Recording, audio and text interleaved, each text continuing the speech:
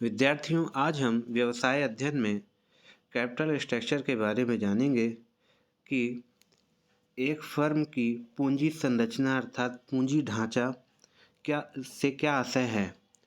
देखिए, पूंजी ढांचे से आशय फर्म में पूंजी की संरचना से है, जिसमें फर्म की पूंजी के दीर्घकालीन स्रोतों से है, जिसमें स्वामी की पूंजी, पूर्वाधिकार अंश पूंजी तथा दीर्घकालीन ऋण पूंजी को शामिल किया जाता है और शामिल करने के साथ साथ इनके पारस्परिक अनुपात का निर्धारण भी किया जाता है, जिसको हम पूंजी मिश्रण कैपिटल मिक्स भी बोल सकते हैं। तो साधारण शब्दों में जाना जाए कि एक फर्म की पूंजी संरचना के अंतर्गत पूंजी मिश्रण का स्वरूप ही पूंजी ढांचा कहलाता है।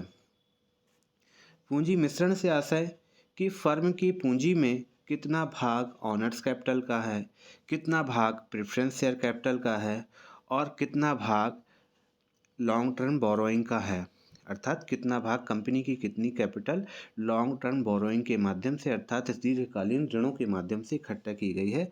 या यह कहा जा सकता है कि एक फर्म की पूंजी में कितना भाग स्वामी की पूंजी से है, स्वामी की पूंजी का है और कितना भाग कंपनी ने पूर्वाधिकार अंशों से इकट्ठा किया है और कितना भाग कंपनी ने दीर्घकालीन ऋणों के माध्यम से इकट्ठा किया है। यह अनुपात ही पूंजी ढांचे के नाम से जाना जाता है। तो अगर हम साधारण शब्दों में कहेंगे तो पूंजी ढांचे से आशय पूंजी के दीर्घकालीन साधनों के पारस्परिक अनुपात से होता है। पूंजी ढांचा से आशय पूंजी के दीर्घकालीन साधनों के पारस्परिक अनुपात से होता है।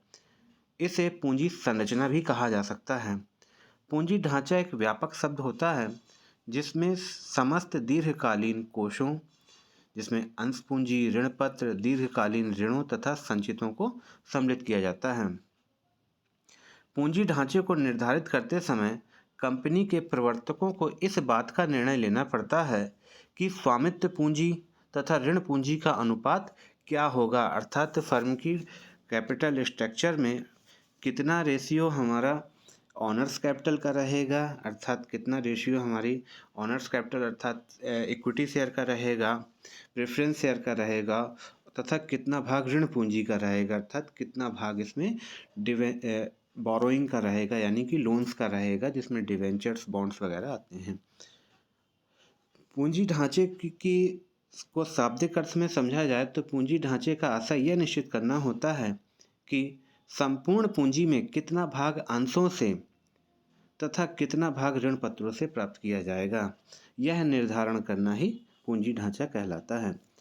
बेस्टन तथा ब्राइघम ने पूंजी ढांचे के बारे में कहा है कि पूंजी ढांचा किसी फर्म की स्थायी वित्तीय व्यवस्था है जो सामान्यतः दीर्घकालीन ऋण, पूर्वाधिकार अंश एवं समता द्वारा व्यक्त होता है, जिसमें अल्पकालीन साख सम्मिलित नहीं होती है, यानी कि शॉर्ट टर्म्स जो भी कंपनी की लोन्स वगैरह होते हैं वो इसमें सम्मिलित नहीं किए जाते हैं।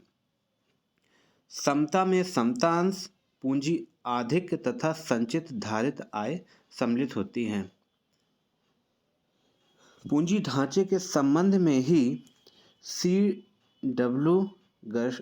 गर्स्टनबर्ग ने कहा है कि निर्गमित की जाने वाली प्रतिभूतियों के प्रकार और पूंजीकरण के लिए इसकी अनुपातिक राशि को ही पूंजी ढांचा कहते हैं। अर्थात इसका मतलब यह है कि कंपनी जो भी प्रतिभूतियां निर्गमित कर रही है उसमें किस प्रकार की प्रतिभूति निर्गमित कर रही है, उसका रेशियो क्या है। अर्थात अगर कंपनी कैपिटल जैसे कि अगर कंपनी शेयर इशू कर रही है तो उसमें कितना रेशियो इक्विटी शेयर का है, क्या रेशियो प्रेफरेंस शेयर का है, और डिवेंचर इशू कर रही है तो उस किस रेशियो से कर रही है, यानी कि कंपनी की पूंजी धारिता का अनुपात ही पूंजी ढांचा कहलाता है।